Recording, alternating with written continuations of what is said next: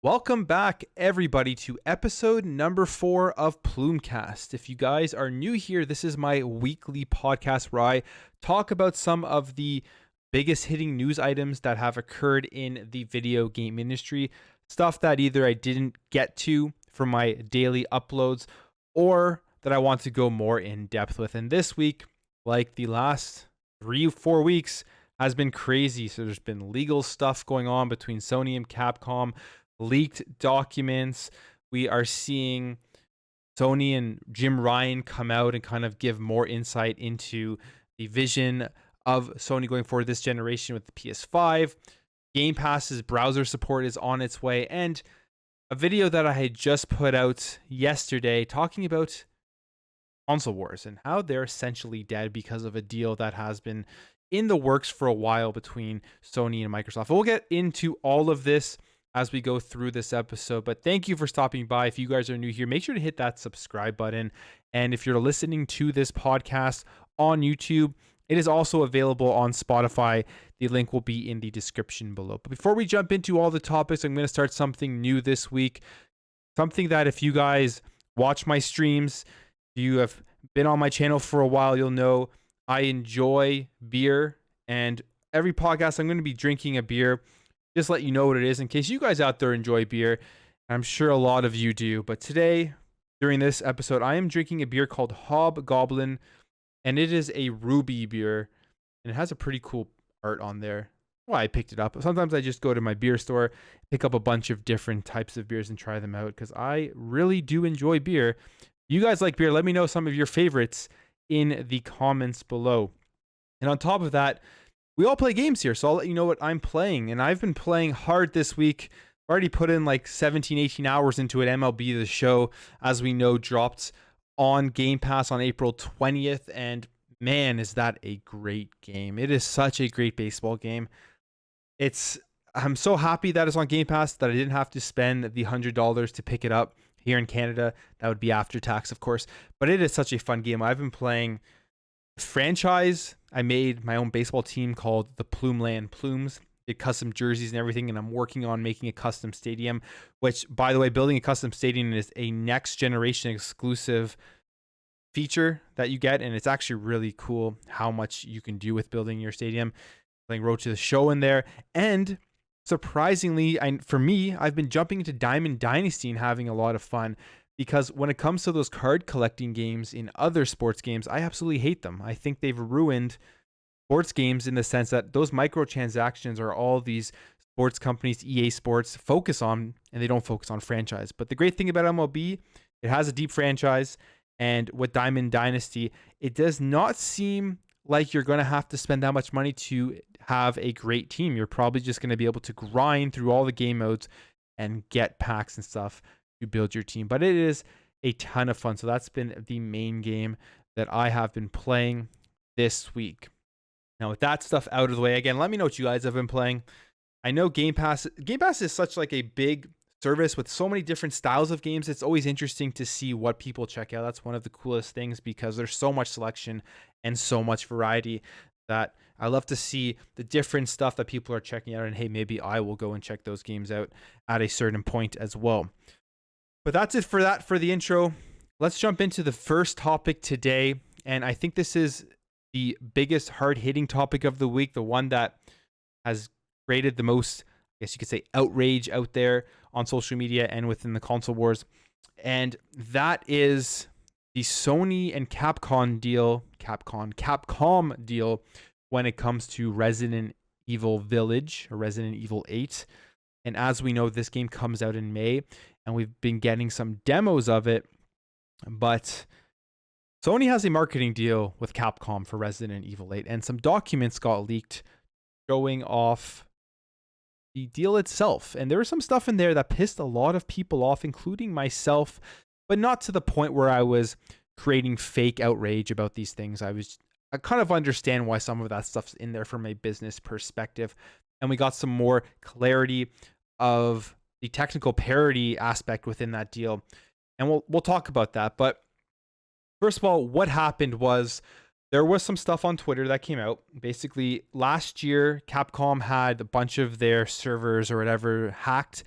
And a lot of the documents from Capcom got leaked onto the internet, basically giving us information about stuff that is in the works, deals that they have, marketing deals, all that kind of stuff. It was out there for everybody to see. Got insight of future games that they were making.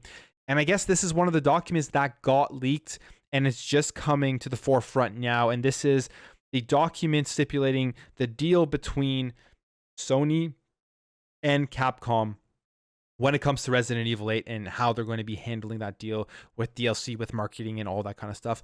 And there were two big things within this document that got a lot of people talking on social media.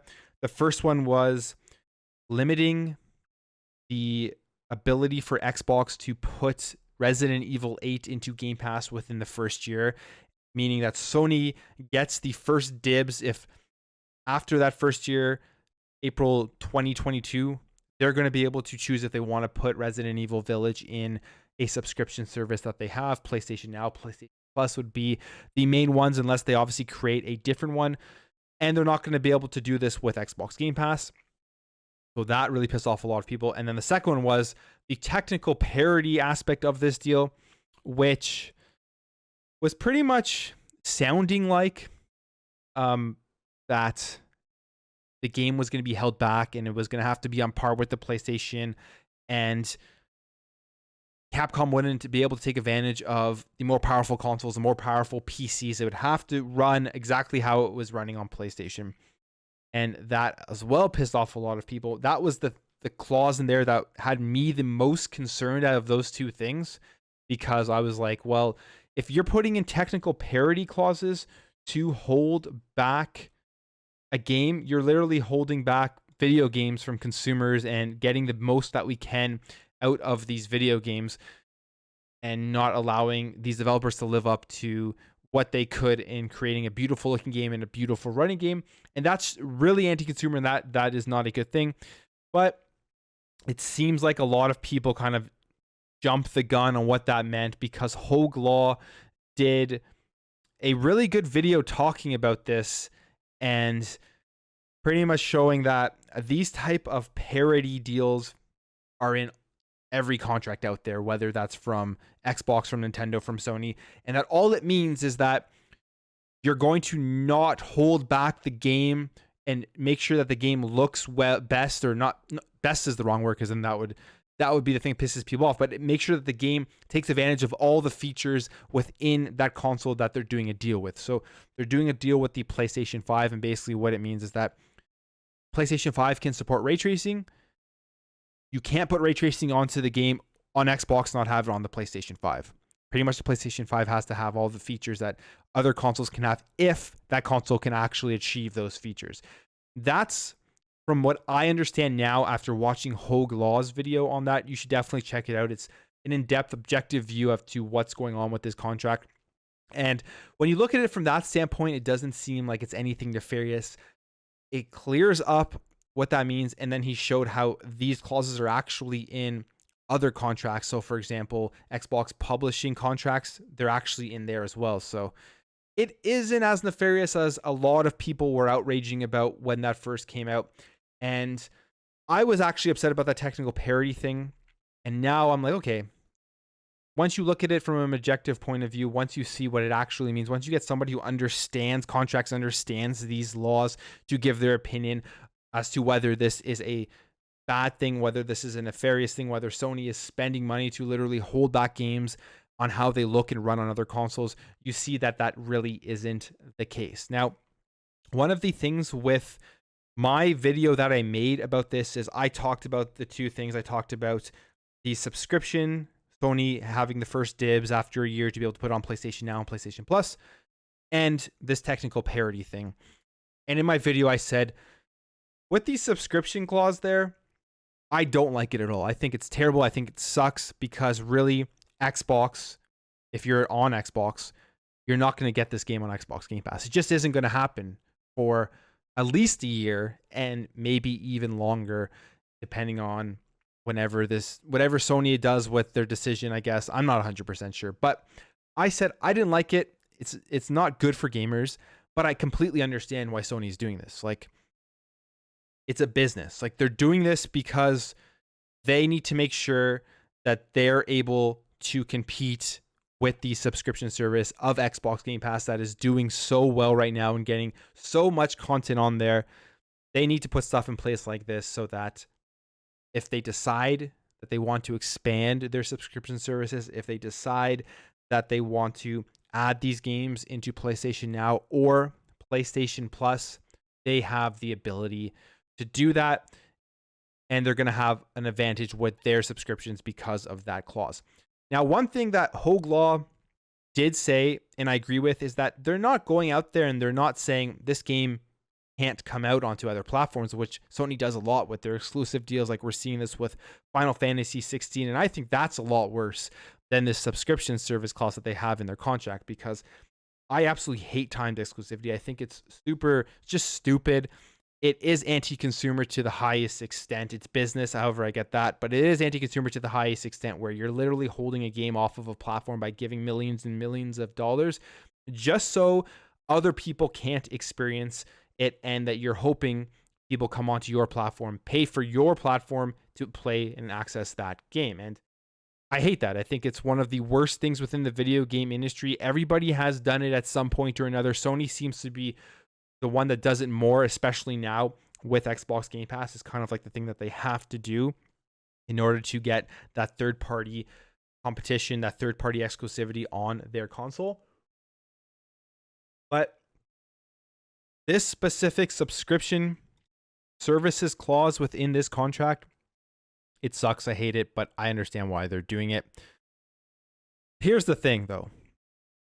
A lot of people think that PlayStation in any shape or form is going to be able to compete with Xbox Game Pass this generation, and I would strongly disagree with that in terms of a subscription service. There is no way that PlayStation and Sony are going to be able to develop a subscription service as strong as Xbox Game Pass, be able to build the relationships that Xbox has built with third-party developers in the next 7 to 8 years. There's just absolutely no way. The ship has sailed. PlayStation has to, if they're going to build a subscription service like Xbox Game Pass that is as successful as Xbox Game Pass in terms of its growth, in terms of the content, in terms of the value on it, they're going to have to do a lot of work this generation just to get that stuff up and running for next generation. Because if we sit here and think that Phil Spencer was sitting in a room and just was like, oh, I got an idea, snaps his fingers, let's do a subscription service, and then the next day it was up and running and ready to go in 2017 when he announced it, very naive to think. They were probably thinking about and working on Xbox Game Pass from the first year or whatever that Phil Spencer got promoted when he took over for the live services and stuff like that for Xbox. I'm sure Phil Spencer was thinking about Xbox Game Pass for a few years before it was announced in 2017. And if you look at Xbox Game Pass from 2017 to where it is today, it has grown exponentially, not only in subscribers, but in what it offers. So PlayStation, their competition for a subscription service to go against Xbox Game Pass, I think it's going to come. I do believe it is going to come. I do think at some point PlayStation is going to start putting their first party content onto a subscription service and try to compete that way with Xbox Game Pass, but I don't think it's going to come this generation. I think this is something that takes so many years to develop to a point where you can release it out to the public, where you're not just wasting money on servers, you're not just wasting money on paying developers or publishers, and you have a shot at getting a pretty good subscriber base right off the bat. That PlayStation is going to take this whole generation to try to figure that out. So it brings me back to that exclusive subscription services clause. Maybe they want to put it on PlayStation Plus. Maybe they want to put it on PlayStation Now at the end of that 1 year the Resident Evil 8 Village is coming out. But I think the main reason they are doing it is to limit the amount of value in games coming to Xbox Game Pass, because they're seeing how well it's doing. I mean, heck, they just got their own first party game taken from them and put onto a subscription service on Xbox, where their competing platform, The gamers there get to play it on day one, and they didn't even put it on their own subscription platform. Like, I'm sure they could have put it on PlayStation Now or PlayStation Plus, and they just decided not to do it. So that's the thing that irks me a bit with this clause. I think they're just doing it just to limit Game Pass. I don't think they have any intention to put it on any of their streaming services. I don't think, well, I'm not 100%. I can't say 100% because if it doesn't come true, I'll look really dumb, but I'm 90+% sure that in a year from now, there isn't going to be a massive or a subscription service that PlayStation has that can compete in any way with Xbox Game Pass. So that's what that is. But from a objective perspective, like, you step back, get rid of your fandom, you get rid of the console wars, you get rid of your bias. I understand and I see why PlayStation is doing this. And I think me saying this in my video that I put out pissed off some people, which is a bit frustrating for me, because here's the thing about my channel and if you come to listen to me and you come to watch my videos, especially if you've been watching for a long time, I would hope that you appreciate that I try to give an objective opinion and I don't just fanboy about stuff. The point of my channel is, caveat one, obviously I prefer Xbox. It's my platform of preference. I absolutely love it. But at the same time, I recognize what is great with PlayStation and why people love PlayStation. And I have nothing against that platform as well. In fact, I play on every single platform, but my number one preference is Xbox. But if you're coming to my channel to get fake outrage, like you see a lot on social media where everyone is just outraged about everything, and half the time it isn't genuine because they're just doing it because they're following the crowd because everyone else is doing it, you're never going to get that from me. I'm never going to have fake outrage about stuff. I'm always going to try to give my objective opinion on everything. And I hope people see that, and I hope people appreciate that, because that's pretty much my goal, to have just great conversations about video games. Look at things from an objective opinion. And I think a lot of the comments from my videos, that's what happens. People have objective opinions. People have great conversations and share ideas. And that's what I'm hoping to get out of this. So people that get pissed off if PlayStation does something like this, and I say something that, like, I recognize from a business standpoint why they're doing it, and I'm not completely outraged and saying PlayStation sucks, everyone, all the ponies suck. That's just not what I'm going to do. So that's what you're looking for. I am not the guy for that. I don't like timed exclusivity. I don't like holding back content from other platforms and from other people to play it. That's one of the main reasons why I absolutely love Xbox right now, what they're doing with trying to give people the most options on where and what they want to play. I think that's always the best for the video game industry, when as many people as possible can play and experience a game. But yeah, at the end of the day, this contract here, the technical parity thing, I completely misunderstood it. Obviously, you guys can tell that I'm no lawyer, and that's why after listening to Hogue Law's video, I'm happy I did, and it brought me back to take a step back and see that it isn't as nefarious as it sounds. It is just something that majority of companies do, and it isn't actually holding back games from other platforms. It's just making sure that the game, since PlayStation is the main marketing partner with Resident Evil 8, on a PlayStation 5 isn't going to miss features if it's able to do it. And one other thing Hogue Law mentioned in his video, which makes a lot of sense, is that games that have a marketing deal with a certain platform, the company making that game is most likely going to make sure that the game looks really good on that platform. It'll be the priority for showcasing the game, because whenever they show demos, whenever they show previews, whenever they show any marketing stuff, they have to show it off on the platform that they made their marketing deal with. So subconsciously, they're going to make sure that the game probably looks and runs best on the platform that they made the marketing deal with. Now, we've seen already that, where can I find it here? I did have it up here, but I will just search it. We've seen already the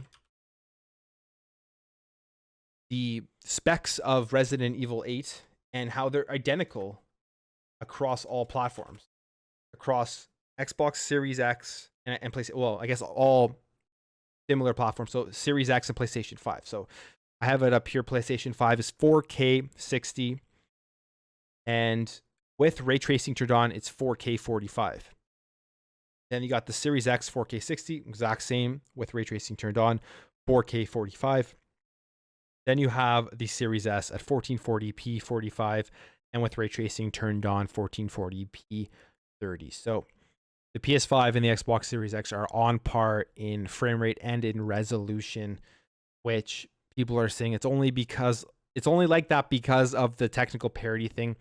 And specifically, it may not be because of that clause within the contract. It's probably because that is probably like that because Capcom made a marketing deal where they're getting millions of dollars from PlayStation. They put the majority of their resources in making sure that the game looks and runs at best or on par with everything, because that's where they have to show off the game. That's just the way it is. That's just the way the industry works. Money floating around, millions of dollars floating around, and that's just the way it goes, I guess. And from a business perspective, on Sony's standpoint, this is what they do. Like, they have been doing this console exclusivity, this timed exclusivity stuff with big games for a while now. Like, we saw it last year with Final Fantasy VII Remake, and I hated that was only on PlayStation 4 and that they held back so many platforms from being able to actually play that game. So, especially when that's such a nostalgic game for a lot of people. And yes, that was on the PS1, but there are probably millions of gamers that played that game that don't solely game on the PlayStation nowadays. So that sucked. And then we're going to see this with Final Fantasy 16. The caveat with Final Fantasy 16 is that it will be available on PC at the same time. So there is that if you are somebody who wants to play Final Fantasy 16 and not play it on 5, or if you don't have a 5.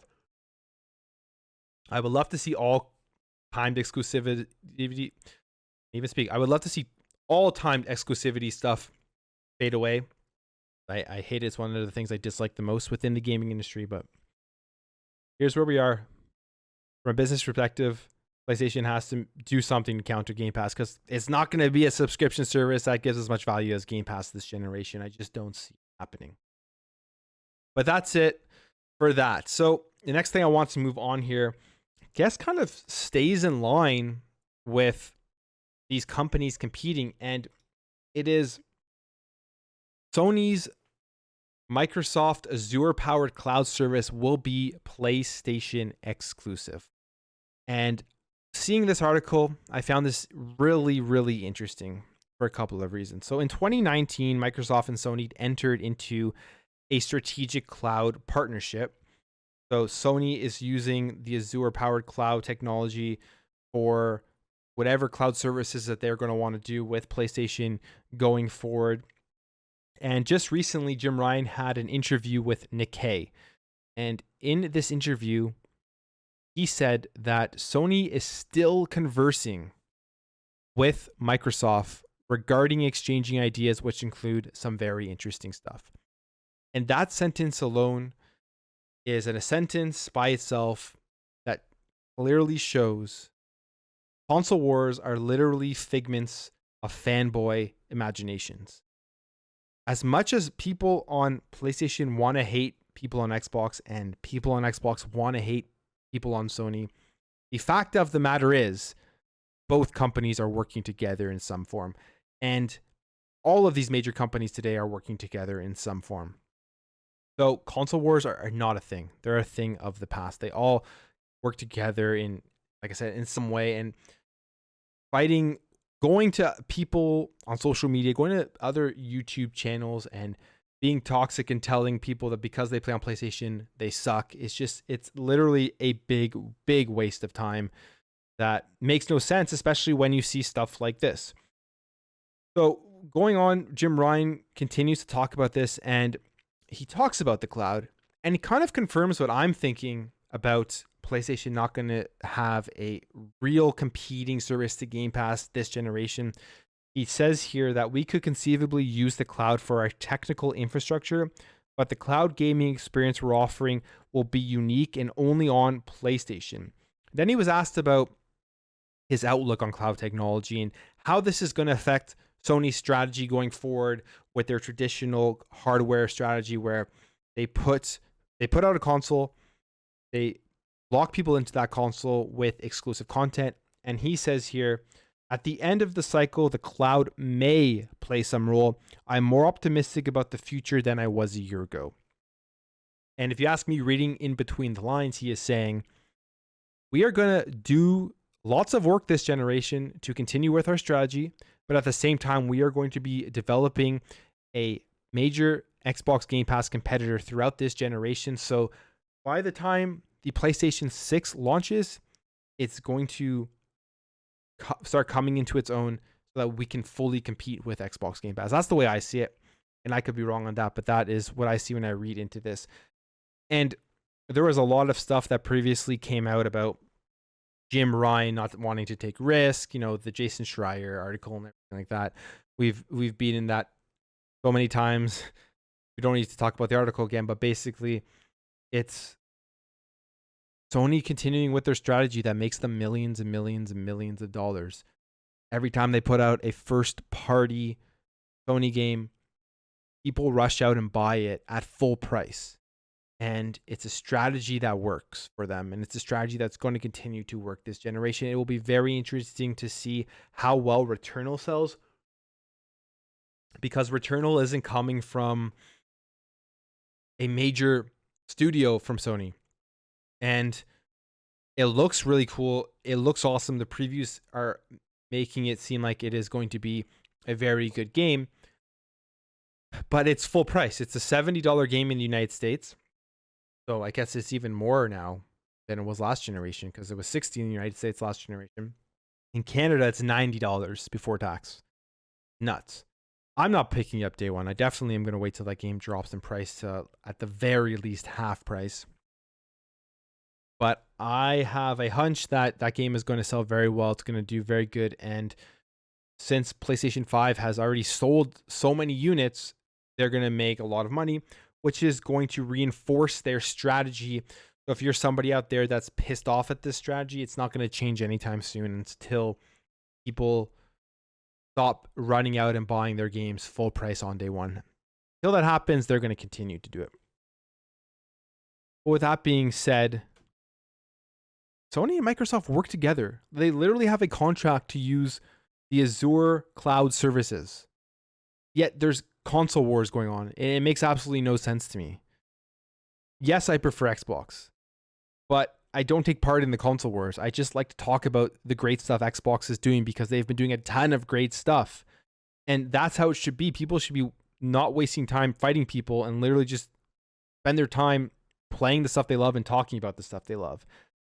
And furthermore to this, we can see Sony kind of expanding their services, their subscription services, testing stuff out, because there was this also that launched in Poland, and it's called the PlayStation Plus Video Pass. And it's a trial thing, testing phase that they're doing, where I guess you get access to, I guess they're Sony published Sony published movies. And it comes in accordance with, so it's an addition to the usual PS Plus benefits of online play, free monthly games, and exclusive PlayStation Store discounts. So in other words, Sony is looking how it can improve its PlayStation Plus offering. Basically, they're looking at how can we provide more value to our customers right now, this generation, without having to put our first party games onto the service and do what Xbox is doing. That's what I see when I see stuff like this, because we saw with the best example as to how funny this is Xbox One. When Don Matcher came out and tried to market the Xbox as a fully entertainment system where you watch movies, you watch TV, you play games, and you do all this other crazy stuff, and gaming wasn't the main focus.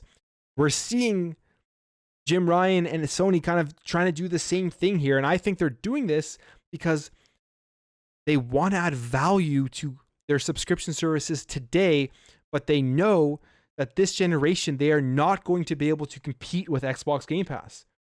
So they're doing stuff like this because they do not want to put their first party games on a subscription service, because people still run out and buy them day one at full price.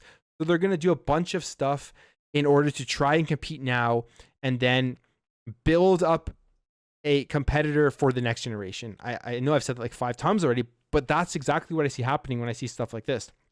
So what it is, it's PlayStation Plus Movie Pass. It's in Poland testing phase, and I'm sure they test it out. If it does well, they'll bring it out to a broader audience. Now, I don't have any interest in this. I don't know how many people will have interest in this, but it's reminding me of the Dominatrix stuff where they're not focusing solely on gaming for some odd reason.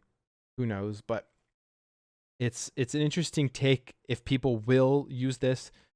But I mean, this is an article from Push Square, and if you go through the comments, this is the first time I'm reading these comments, so I'm not this is completely unscripted. If anybody's wondering, when I do this stuff, I'm literally just talking off my thoughts and what I think. It's all unscripted, but it seems like the comments are in agreement with me that people aren't that interested in this, and that they're not focusing on gaming solely, and that they're trying to improve their subscription service without focusing on gaming. So I don't know. We'll see how this works out in Poland. We'll see how many people want it. Maybe they have market research where people in Poland want these Sony movies. They watch all of their Sony movies multiple times, and they think that this is a good test market to see if it's going to go. But at the end of the day, my hypothesis on what they're doing is they're trying to create more value now because they know they can't do that this generation and compete on the same level of Xbox Game Pass unless they put their first party games on the service. And they don't want to do that because people still go out and buy them full price. So they're going to wait out this generation, cash in on everybody running out to purchase PlayStation games at full price. And the next generation, we're going to see a full Game Pass competitor where you're going to get Sony games day one on their service. This is like an 8-year, 7-year, maybe 10-year in advance prediction. But if that happens in the next 7 to 10 years, you sure shit know I'm going to come on here and make a video and say, hey, I said this on my podcast, because that would be a pretty crazy prediction to come true. That's the way I see it. And to push this point home further with how crazy Xbox Game Pass is doing, and anyone who's saying it doesn't work just out of their mind, they're wrong. They're just completely wrong. When they say Xbox Game Pass isn't good and that it's not good for developers, it's all bullshit. They're wrong. Look at how much Xbox Game Pass has grown this year. Right now, they're apparently reportedly sitting at 23 million subscribers. That's crazy. 23 million as of April 20th, which means that Game Pass would have more than doubled in the past year. And we're sitting here thinking, oh, well, that's a huge number. 23 million subscribers. How could it have grown so fast in such a short period of time?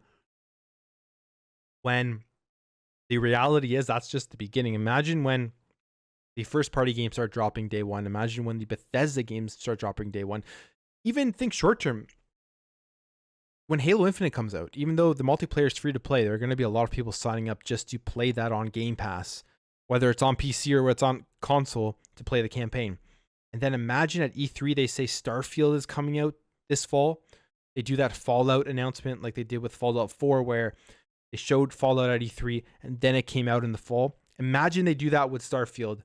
How many people are going to sign up for Xbox Game Pass? So this is just the beginning. Like, Game Pass could potentially be bigger than Netflix at some point. I don't know. It's what it seems like. I saw a comment where somebody said that it was growing faster than Netflix, which is mind-blowing if that's true.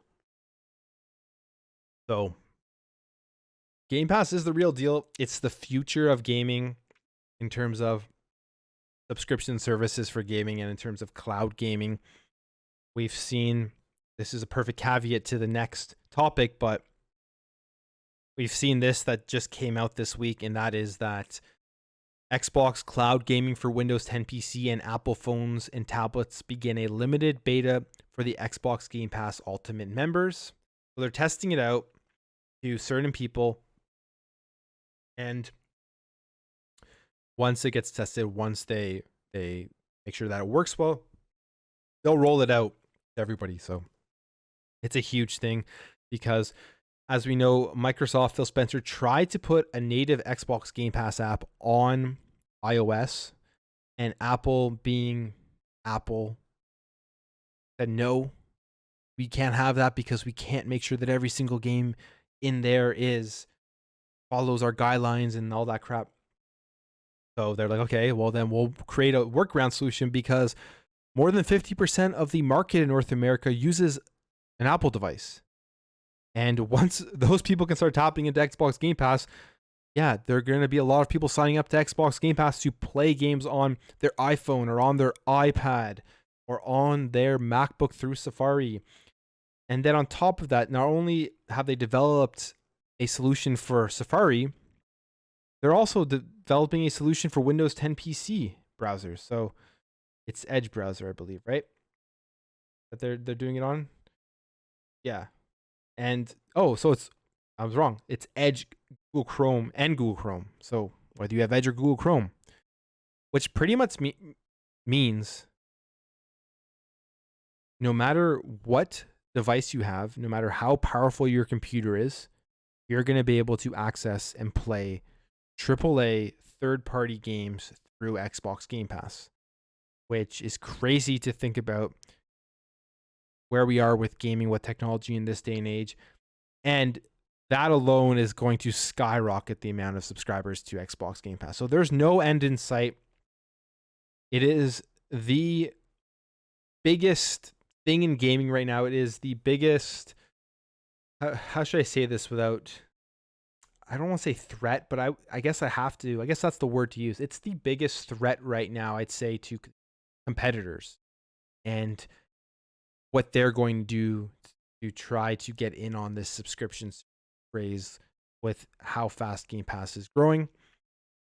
So we're going to see this. We're going to see the industry go over to this like we saw with movies and like we saw with TV.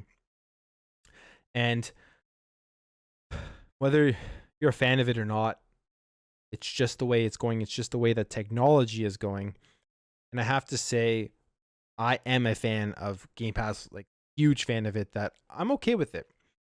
The biggest drawback to me when it came to Game Pass, it came to subscription, and it comes to streaming, was the loss of just the physical item, that get a new game and you get that feeling, oh, this is an awesome game. I can't wait to take it out of the shrink wrap. I can't wait to see the manual inside. But that ended after the 360 era. Like the Xbox One games were literally just a disc in a box that's a license to that game that you download off of the Xbox Store or the PlayStation Network or the Nintendo eShop or whatever. So that era's dead. And for me, that was my biggest draw to physical. Like I always, whenever I talk about this, I'm staring over at my shelf that does not have even nearly as many games as doesn't have all the games I have, because I have boxes of games in my closet. I just don't live in a big enough place to store all this stuff. So till that day comes where I can actually put all my games out, a lot of them sit in boxes, but I stare over at my shelf and I have some of my favorite 360 games, favorite original Xbox games, favorite GameCube games, PlayStation 2 games, some of my favorite boxed Super Nintendo games. Like I have all the Donkey Kong games boxed, complete.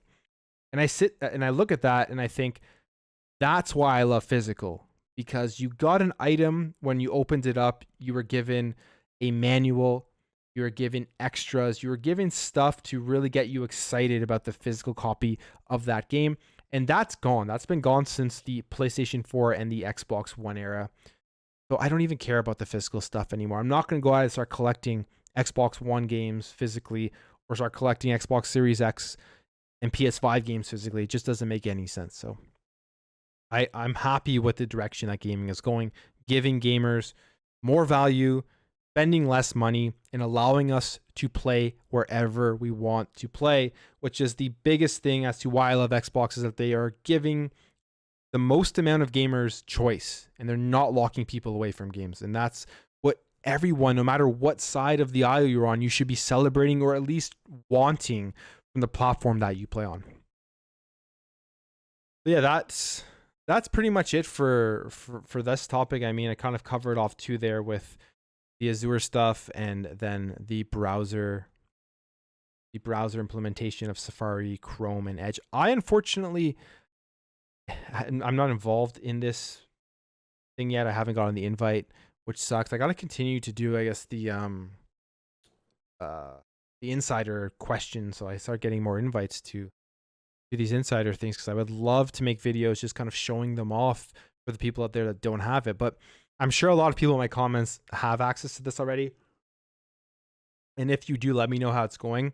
I've heard it's kind of rough right now, which makes sense. It's a beta, so they're going to collect a lot of information and they're going to push out those improvements when it's actually ready. Once it's ready for everyone to use, they'll push it out. And I'm going to definitely check it out. Like, I've been playing on xCloud. I tried out MOB. It was cool. What was the other game I tried out?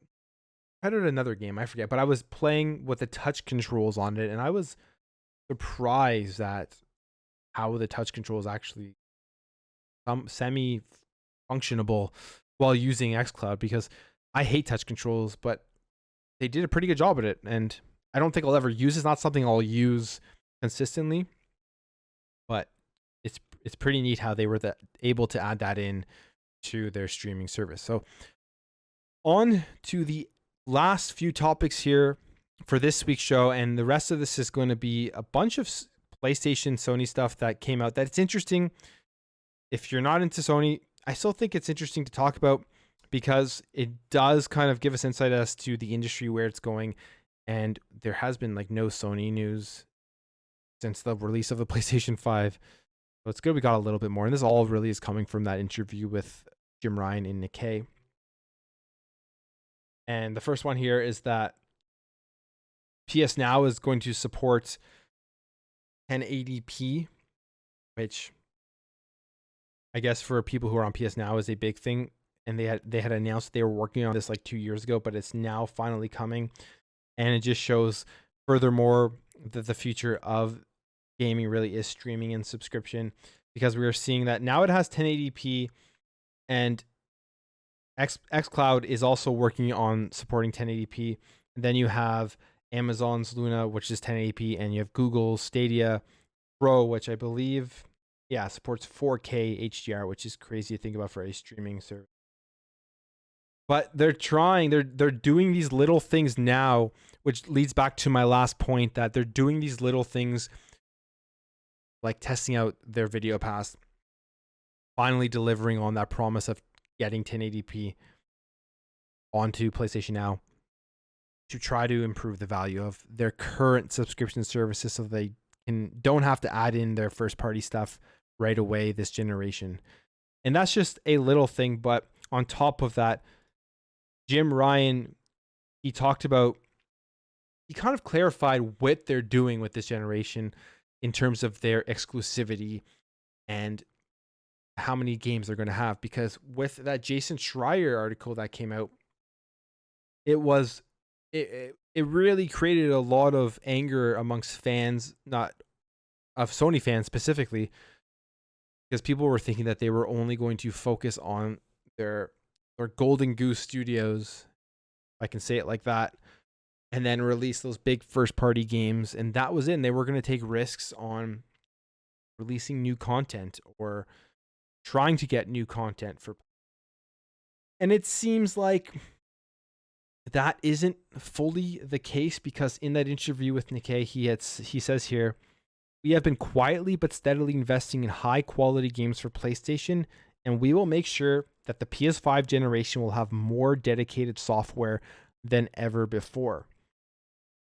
And then he goes on to say here, "We have repeatedly engaged in mergers and acquisitions, including Insomniac Games in the US.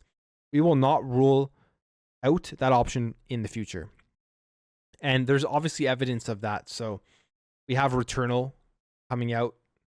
I'm not sure when the release date is, but coming out soon. And that's from Housemarque Games, which isn't one of their big main studios. And then we have this, which came out, I believe this was in March. And they're working with a new studio from Jade Raymond, who is, I believe she was the creator of Assassin's Creed at Ubisoft. And they're working with her new studio called Haven to release a PlayStation exclusive. And this was also announced this week that a new PS5 exclusive AAA multiplayer is in the works from former Destiny developers. It says here, Sony has announced it is working with Firewalk Studios on a new AAA multiplayer IP, which will be a PS5 exclusive. And the exclusive partnership was announced on the PlayStation blog, revealing that Firewalk is working on an original multiplayer game for the PS5. I mean, those two sentences are one right after the other in this article on TechWriter, and they literally say, or TechWriter, and they literally say the exact same thing. But here's a quote from, I believe this is from the Firewalk Studios head, and he says here, we're already hard at work on development, and I've been having a ton of fun playing our game as a team. In fact, while we continue to grow our team during this challenging last year, it was our daily online playtest that provided the most consistent point of joy and connection to our crew. The fun and laughter of playing together brought us closer, even if we were physically apart. Our goal is to be able to deliver that same joy to gamers. We can't wait to share what we've been working on when the time is right. So, who knows what type of game this is going to be? If it's going to be like Destiny, since there's former Destiny devs, if it's going to be like a looter shooter, if it's going to be a competitive shooter, if it's going to be a co-op shooter like Outrider, who knows? But it's pretty interesting what's happening here, and pretty obvious what Sony is trying to do is that they have their main studios.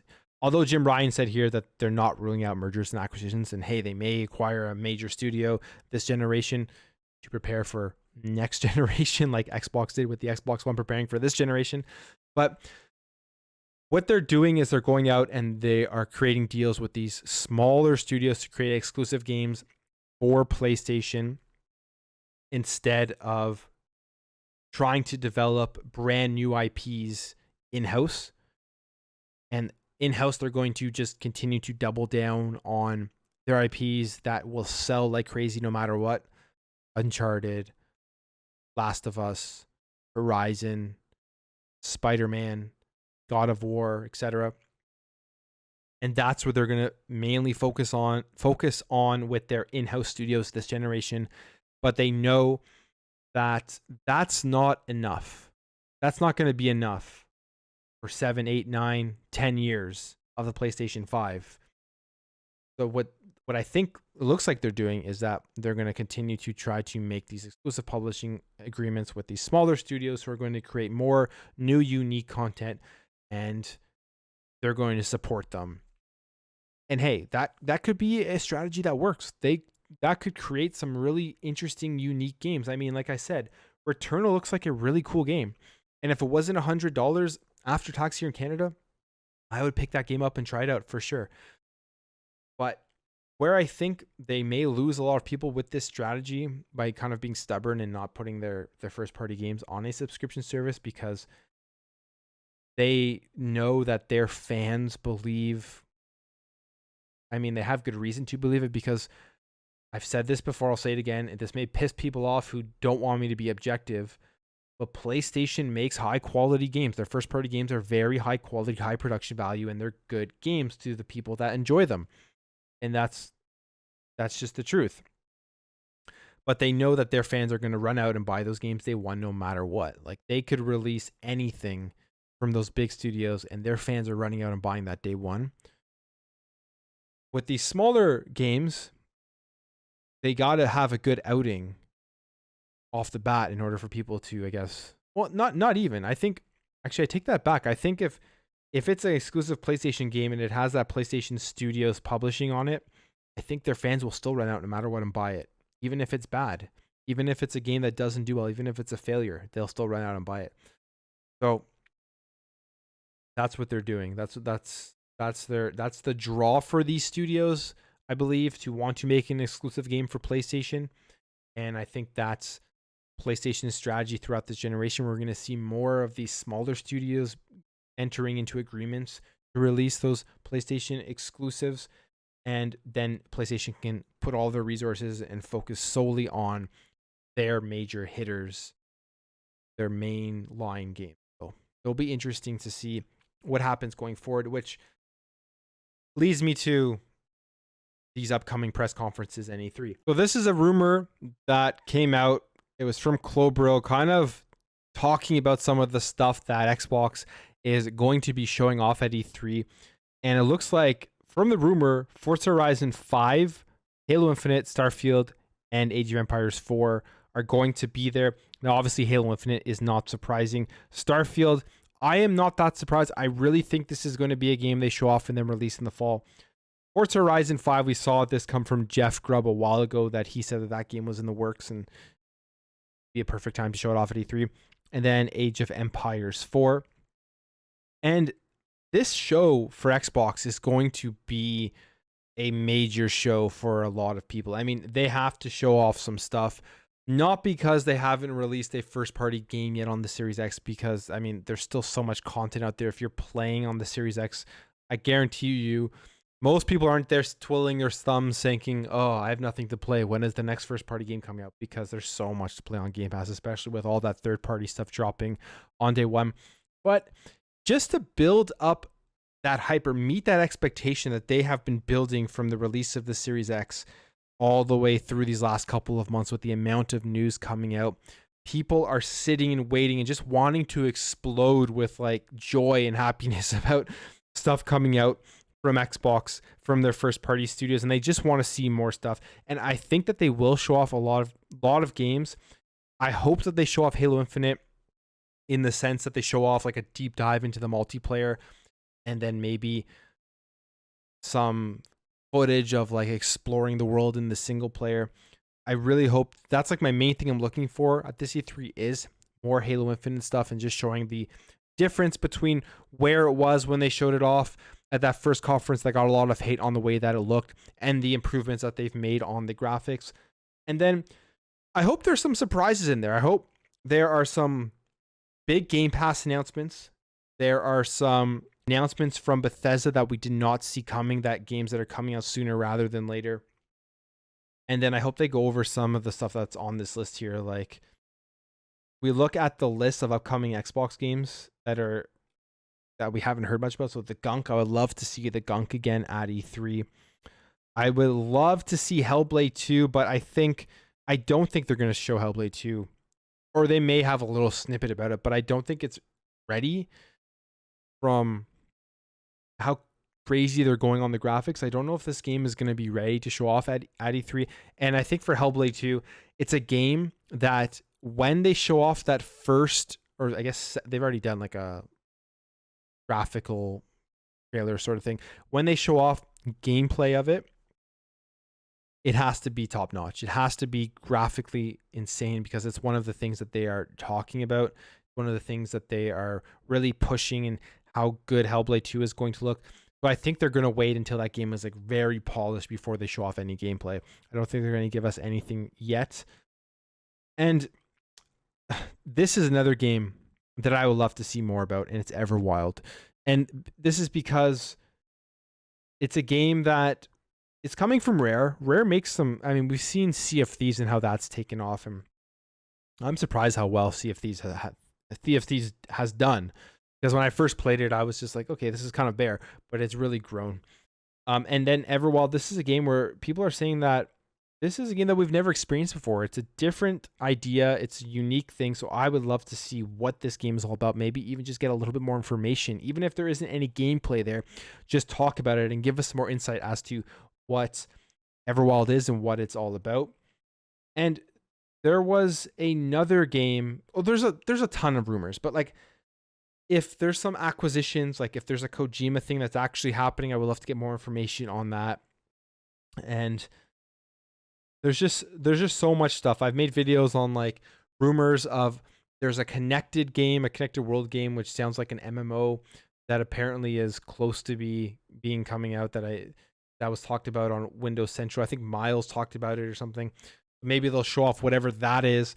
I think it's going to be a crazy show. I think it's going to live up to the hype.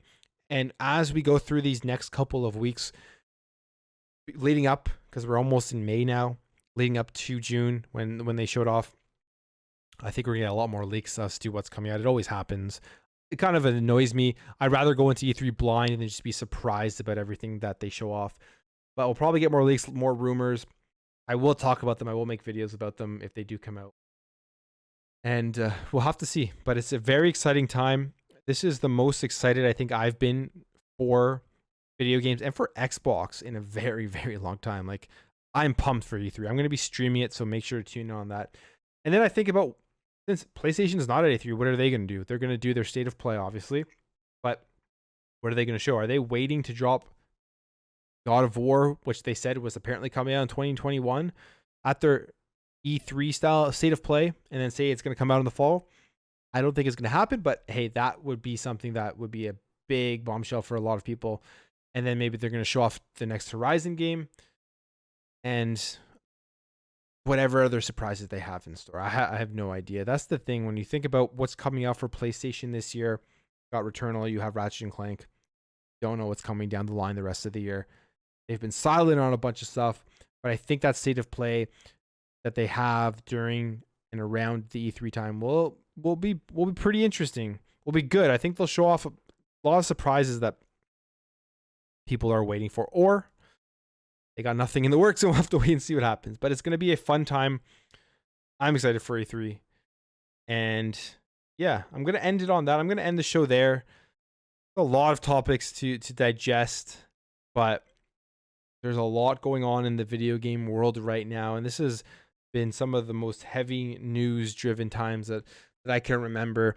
And every week I sit back and I think, okay, there's absolutely no way that this next week is going to be as big and as interesting as the last week. And every single week it is recently. I hope that continues.